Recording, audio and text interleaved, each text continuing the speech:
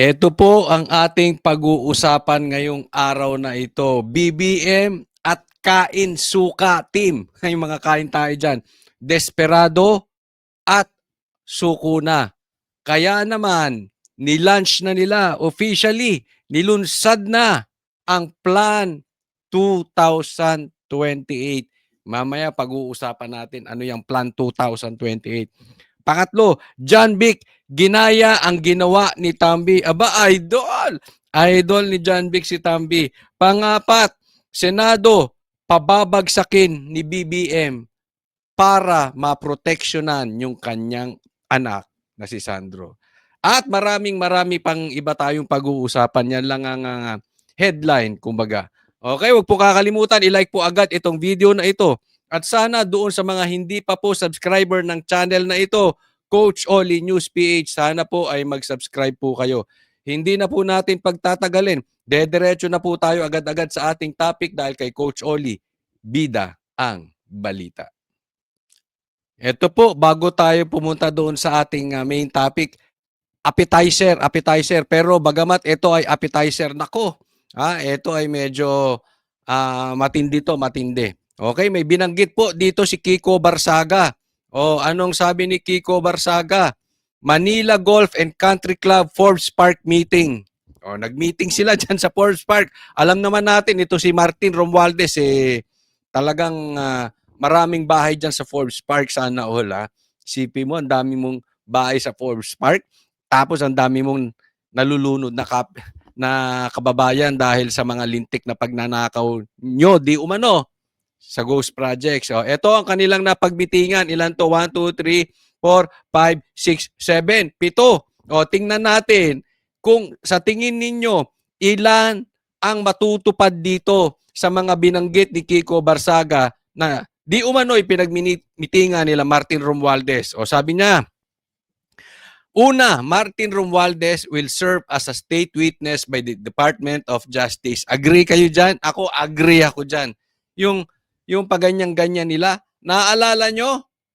Ganyan din ang ginawa nila kay Ombudsman Boying Rimulya. Kunwari, sinabi lang sa tapos minamind conditioning na yung taong bayan, unti-unti, sinabi sa press, tapos unti-unti, ginagawa na nilang paraan.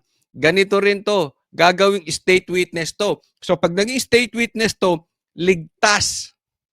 Tapos pwede na siya magturo kung sino-sino. Ang galing ng style, no? At ito ay nangyayari na. Pero sabihin nyo kung agree kayo dyan sa una, Pangalawa, Sandro Marcos will be protected.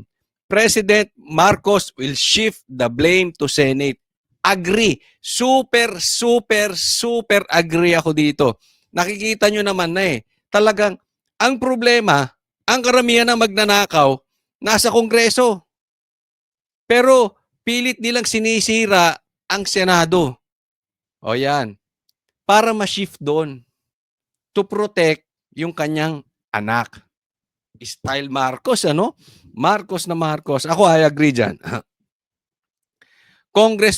Congresswoman Lani Revilla will support Marcos in return for the guaranteed protection of former Senator Bong Revilla. Ako, posible yan. Posible. Kasi gawain naman nila yan. Diba? Yung gigipitin ka para ikaw ay sumunod doon sa gusto nila. Ganyan naman ang ginawa nila kay Pastor Kibuloy. Ganyan din naman ang ginawa nila kay Chis Escudero. Ganyan ang ginawa nila kay Marcoleta. Ganyan din ang ginagawa nila doon sa mga ibang senador. Talagang iipitin ka, sasakaling ka sa leeg. Ganyan ang ginawa nila kay Villar. Diba? Kaya nga bumabaliktad-baliktad tong sila Villar, diba? Kaya nga si Chis Escudero dapat ang Senate President, naging si Tito Soto. Itong si Tuta Soto. Bakit? May mga lumipat katulad nila Villar. Ganyan dyan, ipitan sa kalan ng leeg. Pag duwag ka, talagang aatras ka. Ngayon, hindi ko alam, okay?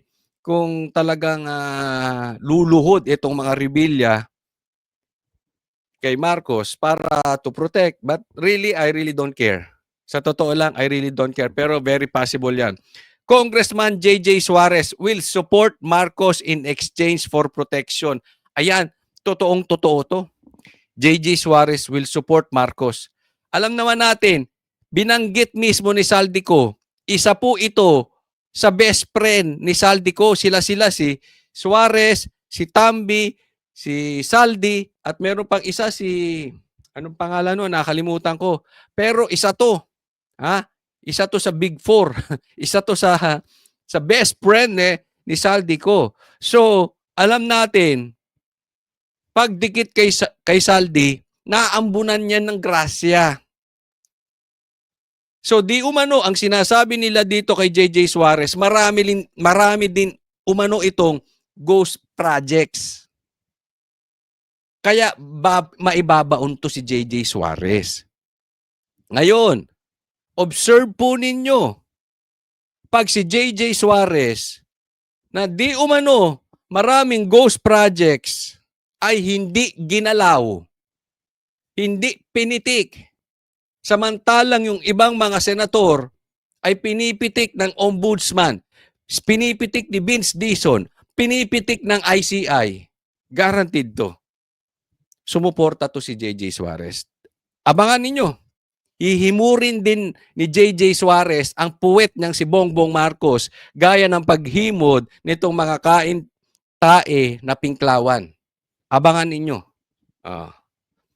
Panglima, Congressman Romulo will support Marcos in exchange for protection. Wala akong pakialam sa'yo. Congressman Z. Adjong will support Marcos in exchange for protection. O, isa pa yan. Alam din natin ang galawan yan si Adjong, di ba?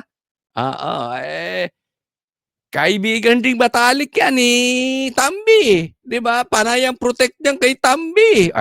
Hindi na ako magtataka. Hindi na ako magtataka kung sa mga susunod na araw, dinidilaan na rin nito ang puwet ni Bongbong Marcos at kumakain na rin ng tae ni Bongbong Marcos gaya ng mga pinklawan. Kasi, posible yan. Isang grupo yan, hindi naman po pwedeng si Tambi lang ang kumikita. Chances are, ang bulong-bulong, yaang mga nagpo-protect kay Tambi, yung agresibong mag-protect kay Tambi, nakinabang din yan. Imposible. Lalo na yung mga close kay Tambi, ay yung bumabanat kay BP Sara, yung bumabanat sa mga DDS vloggers na congressman. Chances are, may ghost projects yan. Hindi naman po pwedeng yung bossing lang nila. Kaya nga, sobra sila mag-protect kay Tambi. If you protect the king, or the prince, ang kita mo, tuloy-tuloy. Kasi pag bumagsak yung prince, yung kita mo, babagsak din. Di ba? Ganyan sila. Di umano. So, observe nyo po. Panghuli, pangpito ata ito. Senator Chis Escudero will be implicated by Lisa Araneta Marcos using the ICI. Wow! Pati si Lisa nangelam, Ako, sure ako rito.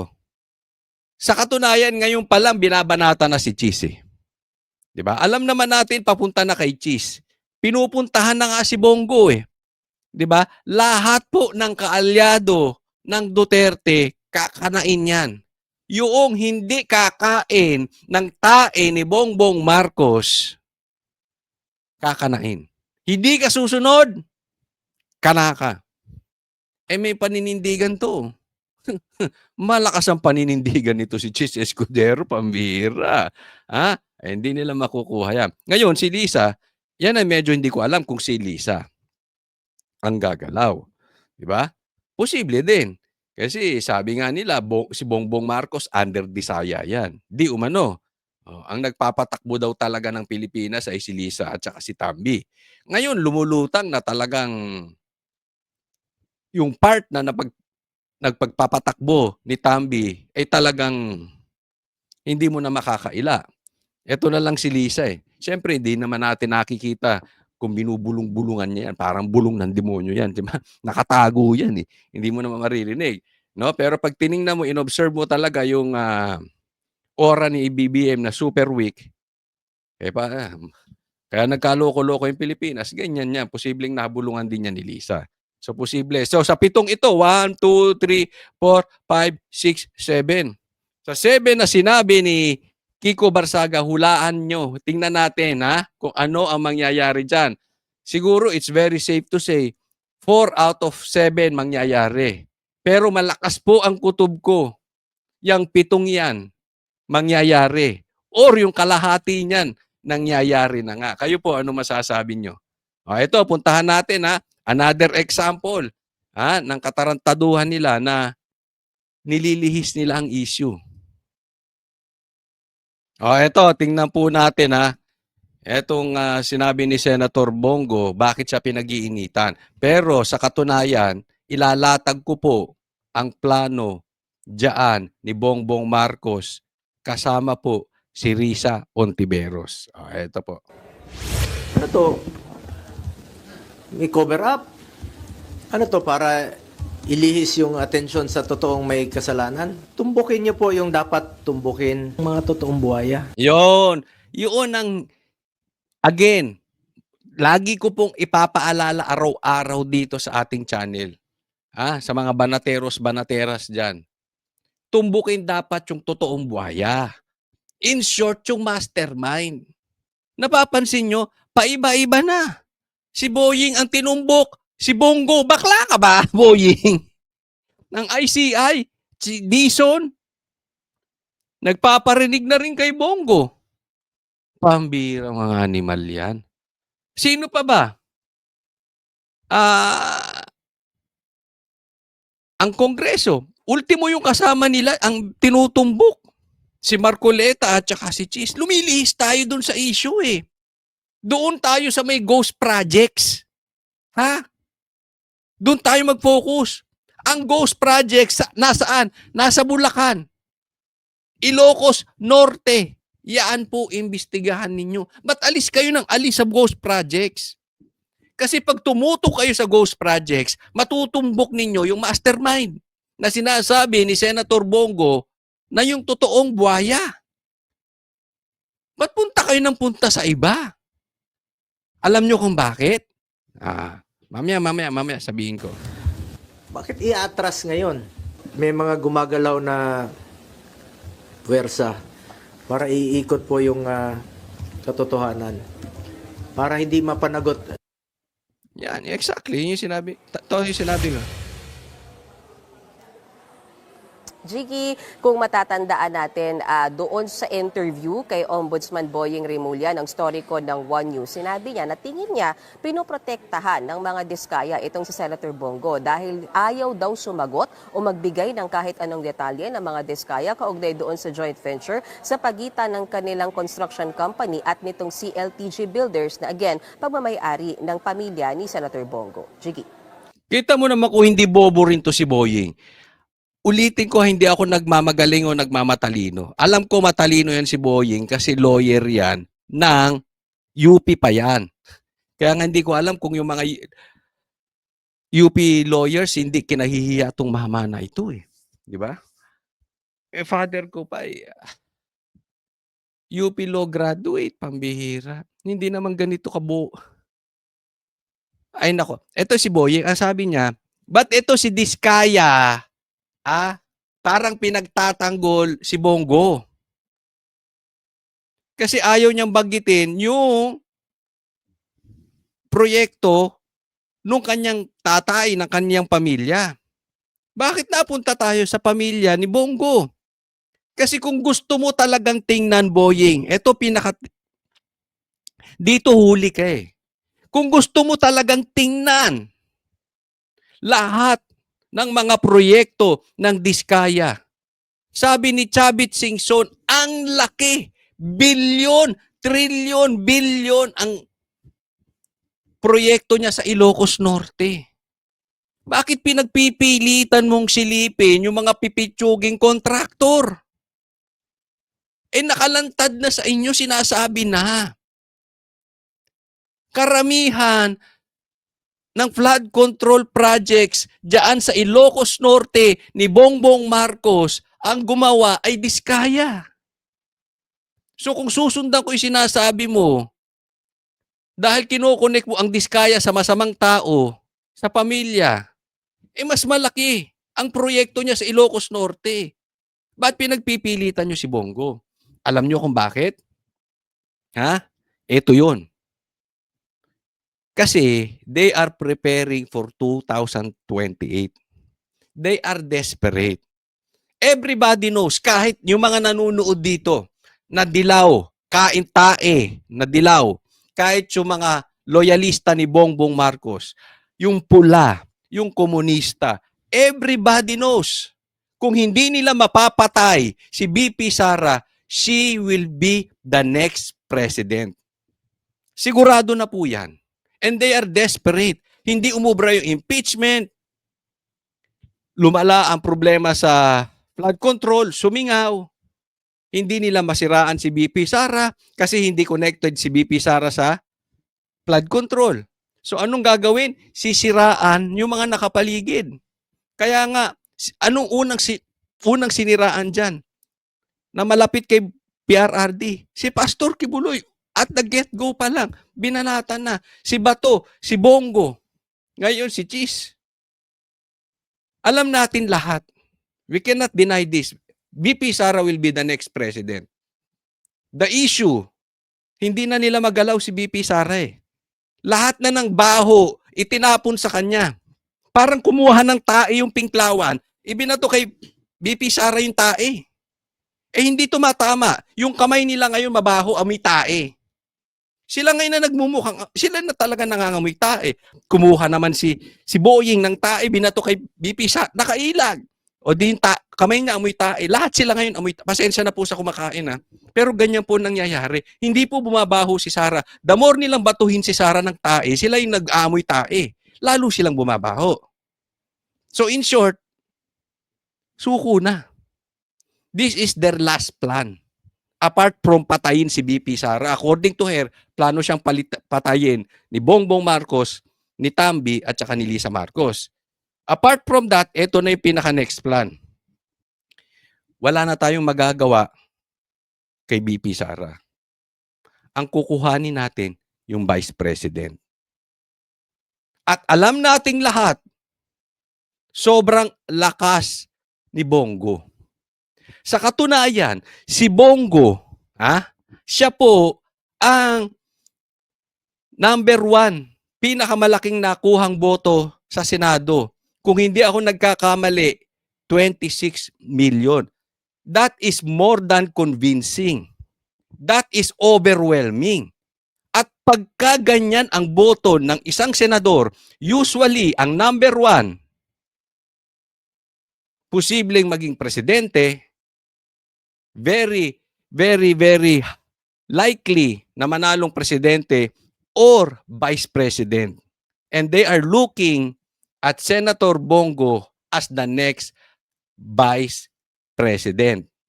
Ngayon, babanatan si Bongbong Marcos wala na silang magagawa kay Sara, wala na.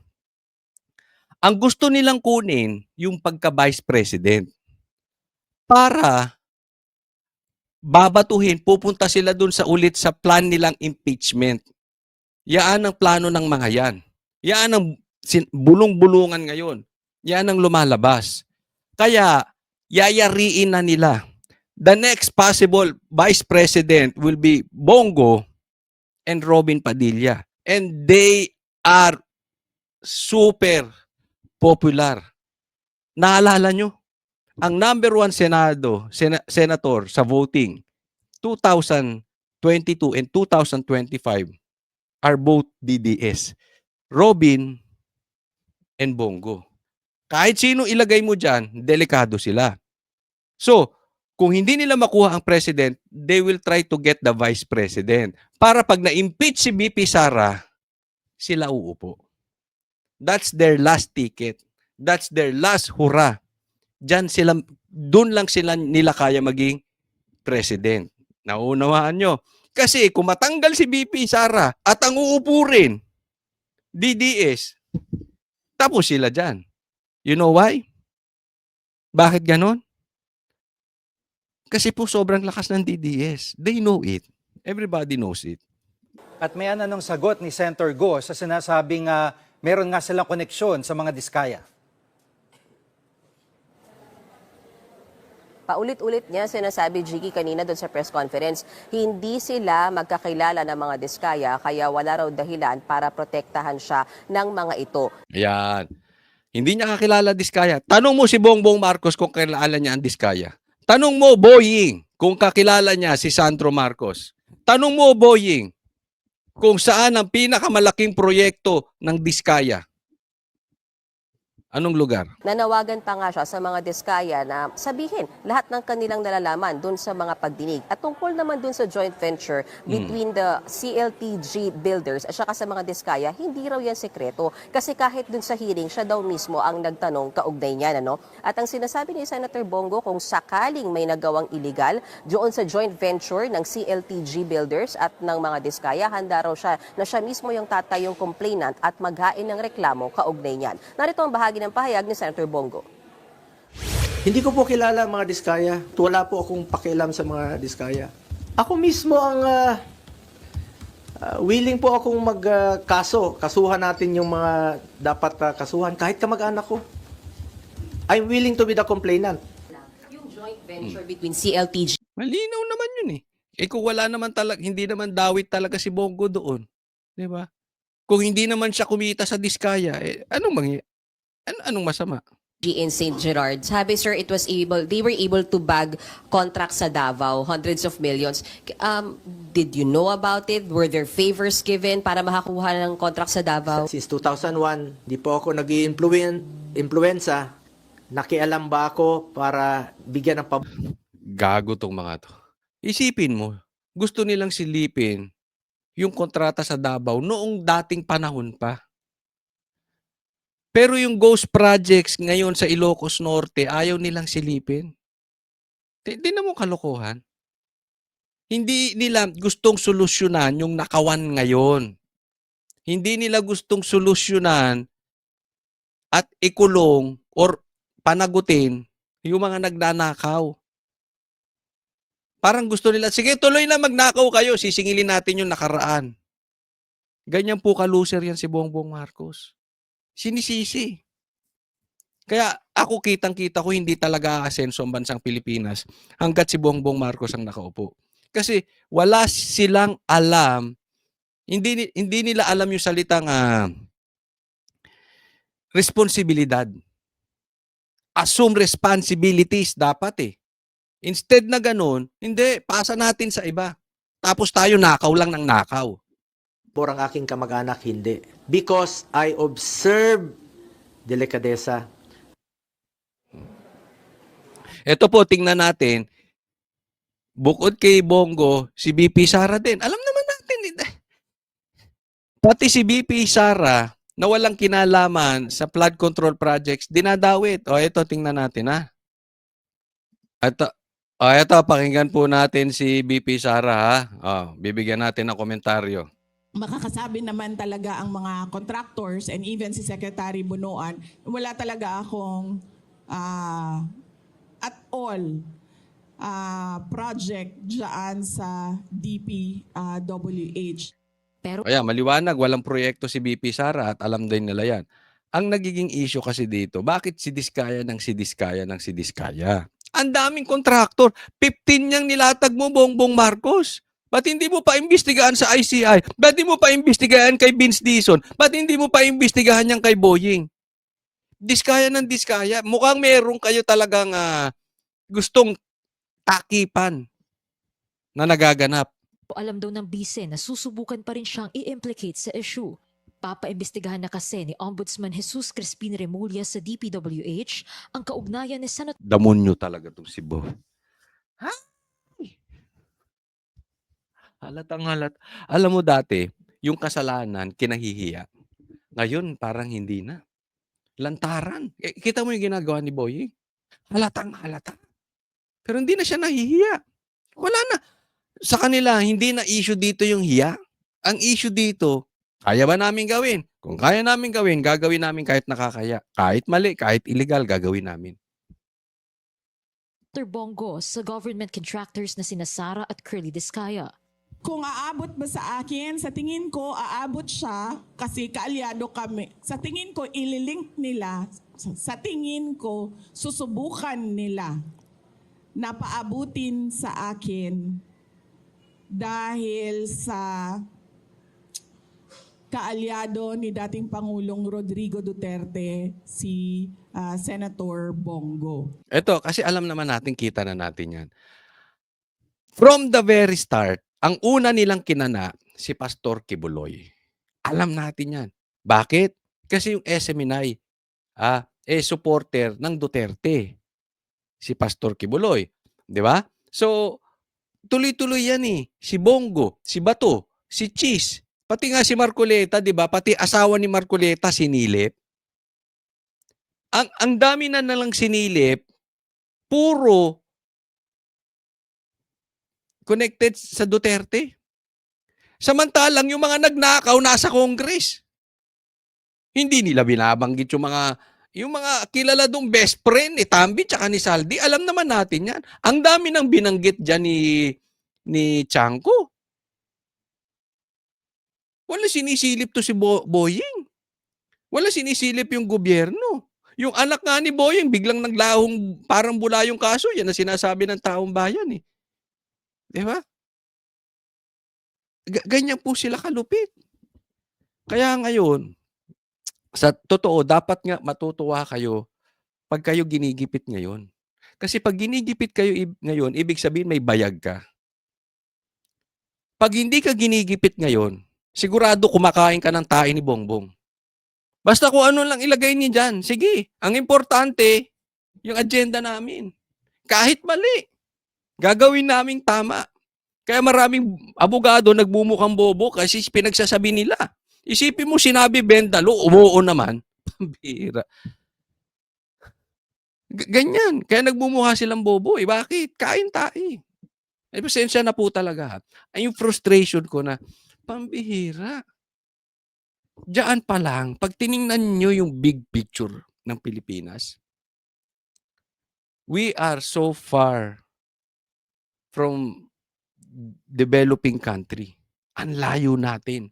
Ang layo pa ang laki ng problema natin. Dahil, gaya ng sinabi ko, yung corruption, that is another side. Pero yung hindi na natin kinahihiya ang corruption, ay matindi yan. Ibig sabihin, grabe na ang lalim ng problema ng Pilipinas. Kaya sa tingin ko, baka hindi ko naabutin o yung mga anak natin na aasenso Pilipinas dahil ang daming problema. Papansinin nyo, sinubok ni PRRD solusyonan itong mga adik. Siya mismo nagsabi, ang lalim pala ng problema natin sa drugs. Kita mo nangyari ngayon. Pati presidente takot magpa-drug test. That's how deep our problems are.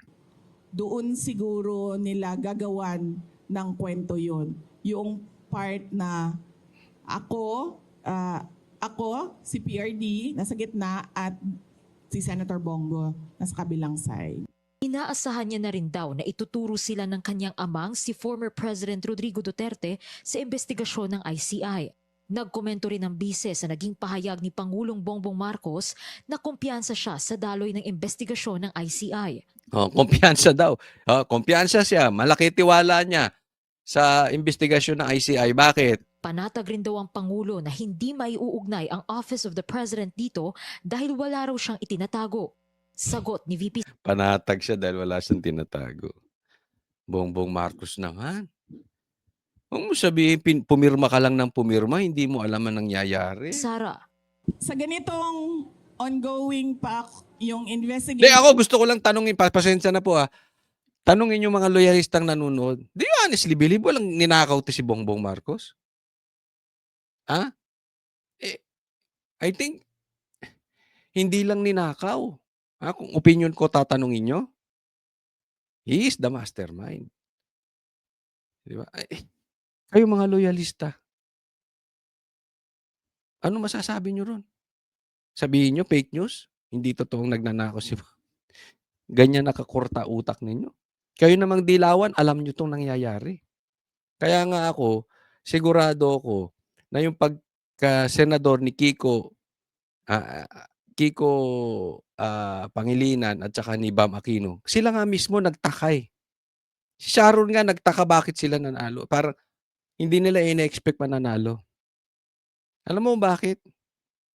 Ano 'yan, pinanalo 'yan. Salamat Garcia, pinanalo 'yan, ha? In my opinion, pinanalo 'yan. Kasi bakit? Dahil 'tong mga Pinklawan, kailangan niya suporta. Imagine ninyo kung wala si Kiko at si Bam sa Senate, maraming dilawang magtatampo sa kanya. Maraming dilawang tae ang magtatampo kay Bongbong Marcos. Hihina siya, 'di ba? Ganyan po kalakas si VP Sara. Pinapakain niya ng tae. Itong nagyamas-yamas na si Larissa, 'di ba? Question ko no at inquiry ko no, sobrang magtataka ka bakit confident yung Pangulo na hindi aabot sa Office of the President yung iskandalo at yung korupsyon. So ibig sabihin, siguro alam na niya kung ano yung kalalabasan ng inquiry at ng investigasyon. Kasi wala namang iba sigurong explanation kung bakit napaka-confident mo sa mga mangyayari pa. Yan. Alam mo may punto si VP Sara, eh. Kasi sabihin, Coach Oli baka naman wala siyang ginawang kasalanan. Kaya confident si Bongbong Marcos. Kasi sinasabi ni VP Sara, napaka-imposible naman, napaka-confident mo, hindi nag-iimbestiga pa lang. 'Di ba? Parang alam mo na ang mangyayari, alam mo na resulta. Alam ko yan nasasabihin ng loyalist, bakit hindi magiging confident? Pag wala kang ginawang kasalanan, magiging confident. Kung talagang confident si Marcos, una, sasabihan niya yan. Televise. Dapat i-televise yan. Dapat online.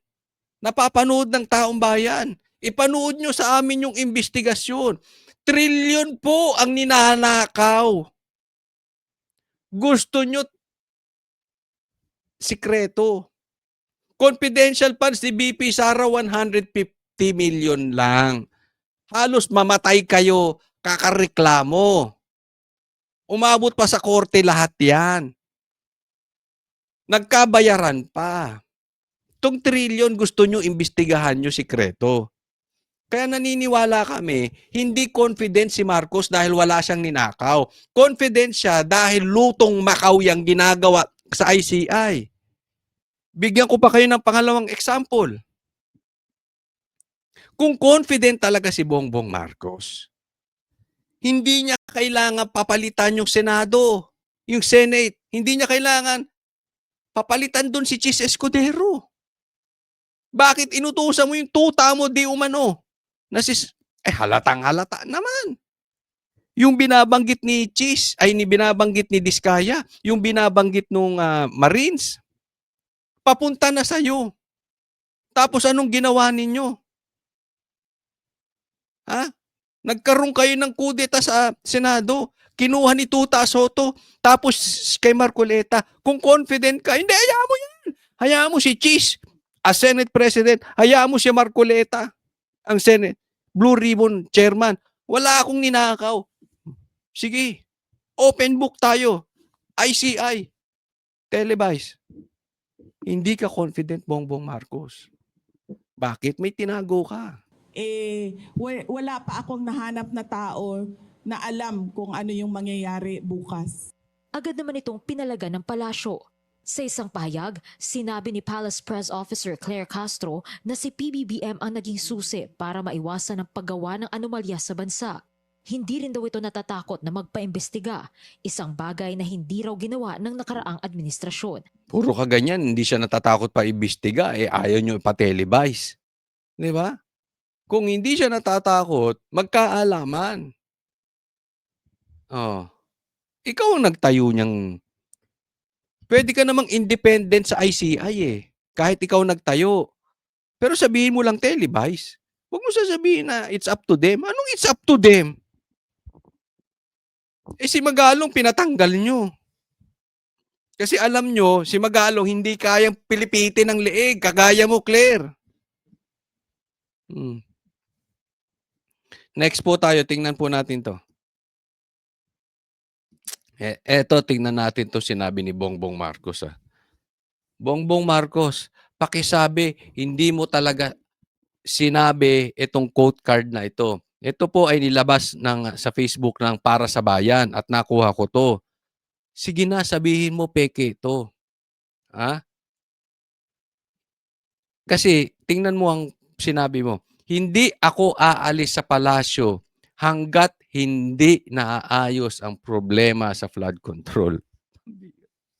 20 years si Bongbong Marcos. Yan ang sinasabi ko sa inyo eh. Yan ang talagang plano nila. Hindi umalis si Bongbong Marcos as president.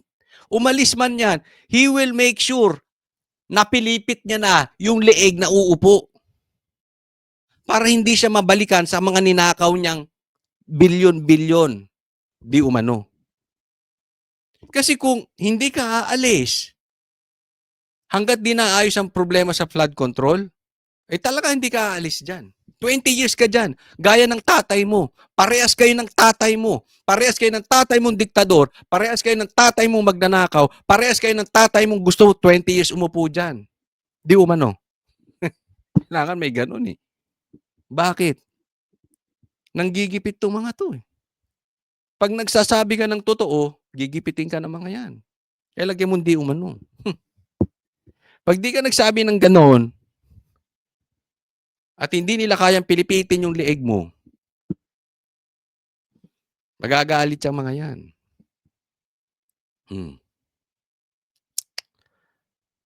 Di ba sinimulan na nga yan nila sa PI? Galit na galit si PRRD nun. Kaya ineliminate nila si PRRD. Sipin mo, kawawa yung matanda ron. Ang lamig-lamig dun. Pero this shows, kaya nga ang pinag-iinitan niya yung Senado. Lahat kasi nang hindi niya makokontrol, kailangan niyang bakbakan para manatili sila sa pwesto. Or yung representative niya, kung legally hindi na siya pwedeng maging president muli, kailangan yung bata niyang pauupuin dyan. Eto, pakinggan naman natin si John Vic ha. Eto, medyo kakaiba rin to. Ugaling Rimulya rin. Sige. Binunyag ni DILG Secretary John Vic Rimulya na nagbalik ng kalahating bilyong piso ang PNP sa kaban ng bayan mula sa kanilang intelligence fund ngayong taon. Kasunod ito ng tanong ni Senate Finance Committee Chairman Sherwin Gatchalian kung bakit bumaba sa 806 million ang hiling ng PNP para sa Intel Fund sa 2026 ikumpara sa 2025 approved budget na 1.3 billion pesos. Paliwanag ni Rimulya, nasa higit 800 million lang din ang Intel Fund ngayong taon ng PNP dahil sa ibinalik nilang 500 million pesos matapos malaman na kabilang ito sa kontrobersyal na budget insertions. Ayan. Okay. So ngayon, si John Vic nagbalik ng 500 million. Paliwanag natin, anong ibig sabihin nito?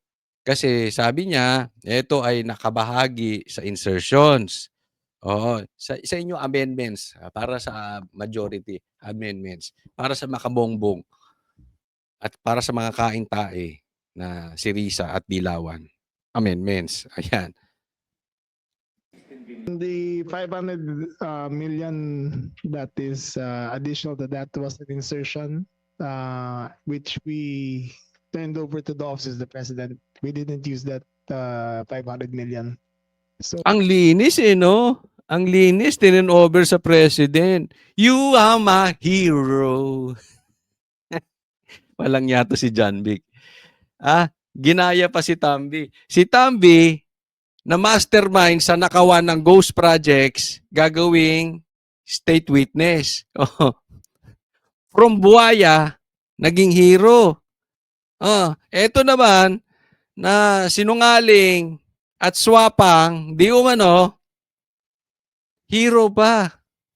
Magiging hero pa. Di ba may problema nga sila doon sa budgetan ni Torre. Kaya nga daw di umano pinatanggal si Torre. Naalala nyo yon? Merong problema doon. Ngayon, nagbalik siya ng 500 million.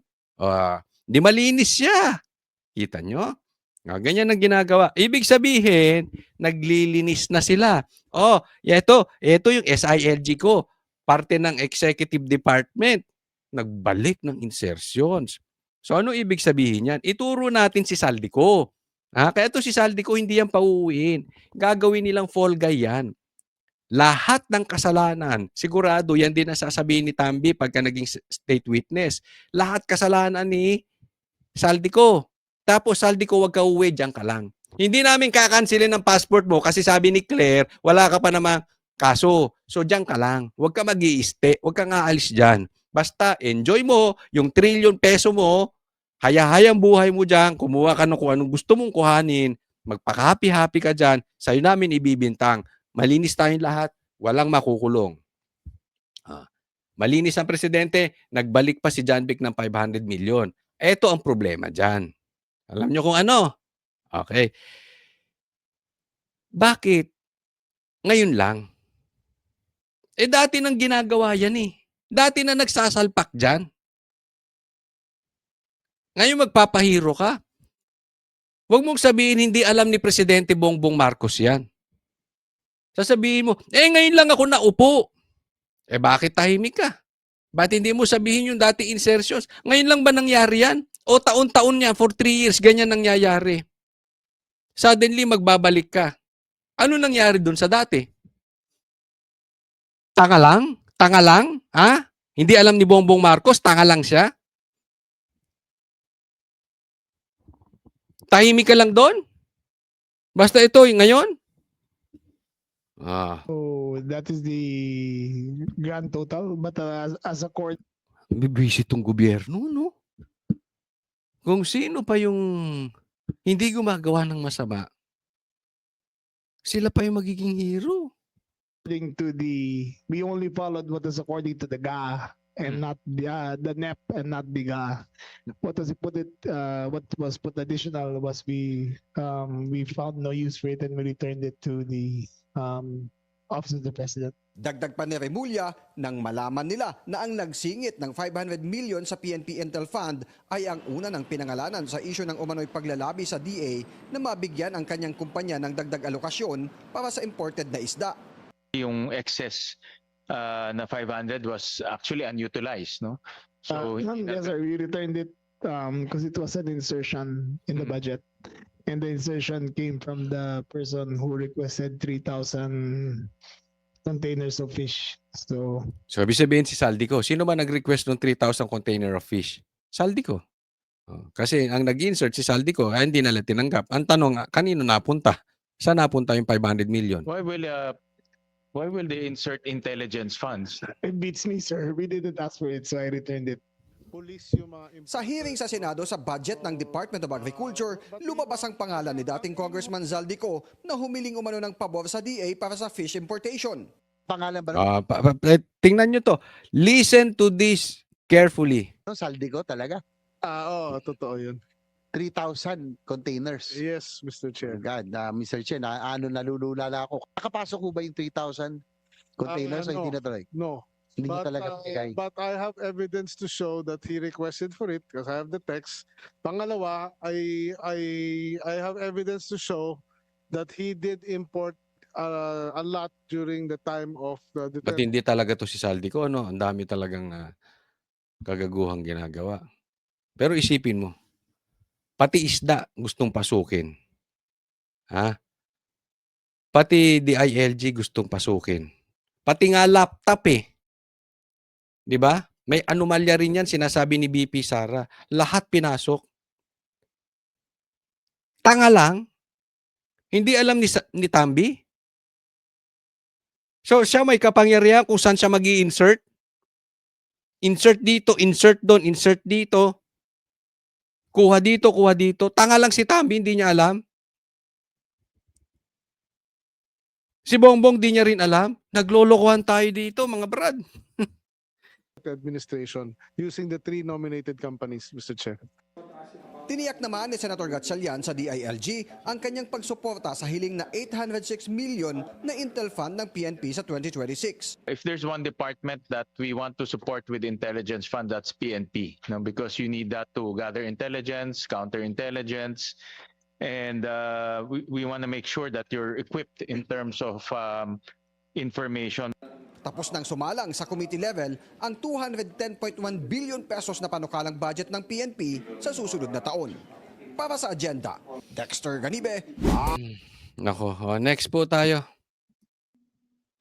Ito po ang ganda po nung tanong, pakinggan ninyo, yung tanong ng reporter. Kasi dito po talaga to tutungo. Itong investigasyon na ito, pinipigil lang nila hanggang sa kaya nilang mapigil. Pero dito talaga patungo ito. That these investigations will eventually lead to your doorstep. Ayan. Itong investigasyon na yan, pupunta yan sa'yo, Bongbong Marcos. Because number one, will eventually lead to your doorstep. Because number one, you signed the budget. Dahil, una, pumirma ka ikaw ang pumirma ng budget Pambihira ka Parang, pinirmahan mo yung, alam mong illegal. Alam mo yung insertions. Have direct supervision over those you appointed who may be involved. Ayan. Yung mga involved, posibleng involved, ikaw ang nag-appoint. Di ba? And of course, you hold sway over your political allies in both houses of Congress whose names are now being floated, led of course by the former speaker. Ayan. At yung iyong mga allies, iyong mga kakampi mo, pati yung kain-taing Pinklawan, lahat yan.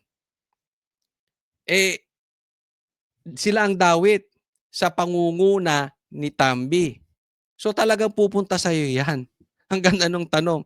Anong sagot ni Bongbong Marcos? And your cousin, Martin Romualdez. Well, I'm Nagkautal-utal na.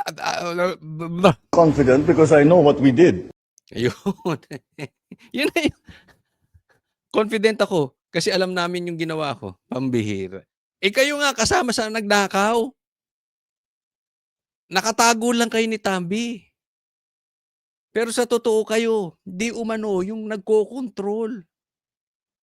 Hindi lang diretso sa inyo, may mga tao kayo. Sobrang lakas naman ni Saldico. Ang bihira naman kayo magpinsan, no? Antayin nyo po, ang ganda nung sinabi nung reporter, yan na po ang talaga mangyayari. Kaya lang nade-delay dahil nga dito sa Pinklawan Dahil dito sa komunista na kinakampihan to si Bongbong Marcos. Pero malayo man, malapit din, sa haba man ng prosesyon, tandaan nyo tong sasabihin ko, dyan din tutungo yun. Next po, tingnan natin to. Kaya naman, duda ako dito sa sinabi ni Boying. Wala akong tiwala dito sa sinabi ni Boying na to. Sabi niya, Boying Rimulya, handa umanong kasuhan si Marcos Jr. pagkatapos ng termino nito sa 2028. Sabi niya, hindi umano magdadalawang isip si Ombudsman Boying Rimulya na kasuhan si Marcos Jr. kung may magsasampa ng kaso laban dito pagkatapos ng kanyang termino sa 2028. Basta't may sapat na ebidensya at dumaan sa tamang proseso. Pustahan tayo, Boying. Hindi mo kakasuhan yan. Pustahan. Siya nagsabi, this is the same person na sinabi niya hindi niya papapasukin si ICI, ang ICC sa Pilipinas. Pinapasok ni Boying. Pinakidnap si PRRD. Tapos ngayon, eto rin ang magsasabi na kung merong magkakaso kay Bongbong Marcos sa 2028, kakasuhan niya. Sinong loko-lokong naniniwala doon? Yung mga loyalista lang ang bayad. Yung mga trolls nyo. Nahuli ka nga Nakita nyo? Ang mga nag-heart doon sa mga balita ng Marcos. Mga Vietnamese. Check nyo. Naku. Pambira ito si Bongbong Marcos. Sila pareha sila. Sinabi nila yung ICI hindi niya papasok tapos pinapasok. Naniniwala kayo sa mamang to? Sige nga, pakilagay nyo dyan yung naniniwala kay Boying. Meron pa bang totoong sasabihin si Boying? Alam mo, maswerte na tayo. Sa 10 sinabi niya, merong isang tumama. Maswerte na yun. Pero yung sinasabi niya 2028, malabo yan, nakakasuhan. Pustahan tayo, Boying. Ang dami nitong pagkakasala. Mananagot yan, bandang huli. Pero hindi mo kakasuhan, sigurado. Next po. Ito, pakinggan natin si Anjo Iliana. Ha? Ang ganda rin ng sinabi niya rito. Sabi ni Presidente, hindi na siya magsasalita dahil tinalaga na niya yung ICI. Yan. So, hindi na siya magkokomentaryo. Hayaan na lang niya yung ICI. Total sila nag-iimbestiga. Yan ang ibig sabihin ni Anjo. Yung ICI, ang bahala dyan sa investigasyon, hindi daw siya.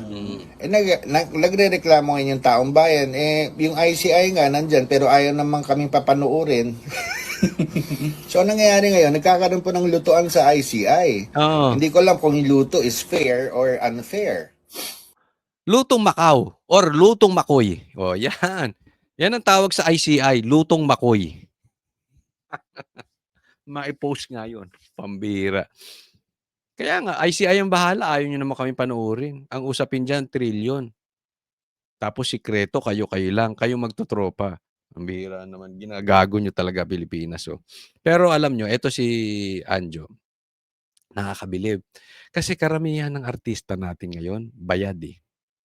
Karamihan ng artista ngayon, ano lang, dahil tinamaan yung ABS, tinamaan yung trabaho nila. So, kahit alam nila na magnanakaw si Bongbong Marcos, kahit na sinisigaw nila na si Marcos ay diktador, kinakain na lang nila yung suka nila. Di ba?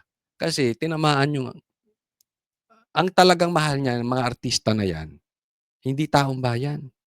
Ang mahal ng mga lintik na artista na yan, yung kanilang hanap buhay lang. Buti pa si Anjo nagsasalita na, totoo naman eh. Di ba? May masama ba sa sinabi ni Anjo? Bakit tayo ng ICI i-televise? Di ba? Yung ibang artista, duwag. Rally ng rally. Tapos ayaw pangalanan. Kayo nga, tigil-tigilan nyo na yung kararali ninyo. Ha? Kayong mga artista, kayong mga ipokritong huli dyan, na mga dilawan. Tigil-tigilan nyo na yung kararali ninyo kasi sigaw ninyo ng panagutin ng magnanakaw. Ang korupsyon, ihinto. Kung hindi ninyo kayang pangalanan yung magnanakaw at korap, mga bakla kayong, animal kayo. Rally kayo ng rally, walang kwenta. Ay, nako. Anong purpose ng rally mo? Sa tingin mo yung magnanakaw, nakakalampag sila? Sige, kahit 10 million na mag-rally dyan sa EDSA at sasabihin nyo lang, itigil ang pagnanakaw. Sa tingin ninyo, kakabahan si Tambi dyan tsaka si Bongbong? Kahit sila yung mastermind, di umano? Hindi, walang epekto yun. Protected ninyo yung mastermind eh. Hindi nyo nga mapangalanan. Anong silbi ng rally ninyo? Para kayong gago dyan. Next. Ito po, gusto kong bigyan ng komentaryo yung pagla-livestream ni Bongbong Marcos tungkol dyan sa budget na yan. There was no need for him to whistleblow. Mula sa pag-iimbestiga ng mga anomalyang flood control projects hanggang sa pag-aanunsyo na bubuksan na sa wakas ang bicameral conference proceedings para sa 2026 national budget, ang mga initiative na ito ng Pangulo parte ng isang mas malaking political move, hindi lang para mabawi ang imahe ng kanyang administrasyon sa kabila ng malawakang korupsyon, kundi ipakita sa oposisyon na hawak pa rin niya ang gobyerno. This has something to do with political posturing. Oo.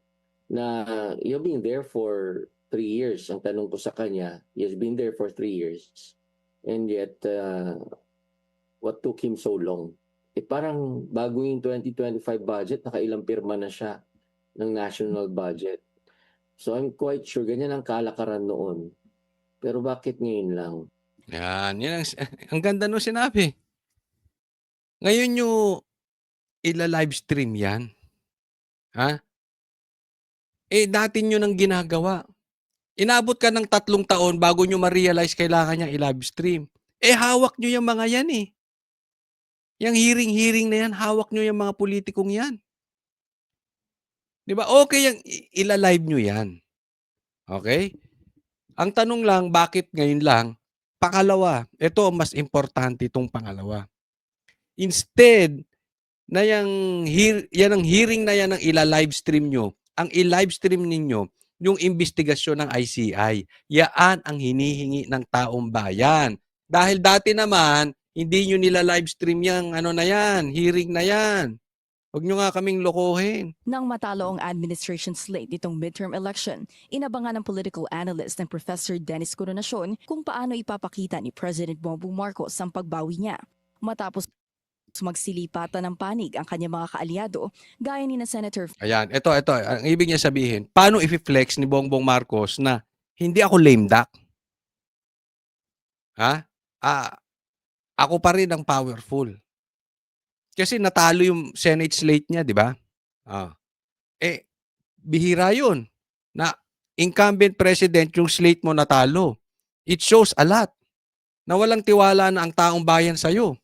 So, paano niya ipapakita yung power niya? Ito, ganito niya pinakita yung power niya. Una, kay Chis Escudero. Francis Cheese Escudero at mga Villar, lalong-lalo na sa gitna ng impeachment trial ng vice-presidente. Nakakita raw ng tsansa ang Pangulo na balikan ang mga tumalikod sa kanya. Ayan, yung tumalikod, si Chis. Talagang hindi hinayaang daanan lang ang konstitusyon natin na kahit illegal yung impeachment ay itutuloy. Hindi hinayaan ni Chis. Kaya maganda ginawa ni Chis dyan. Anong ginagawa ngayon?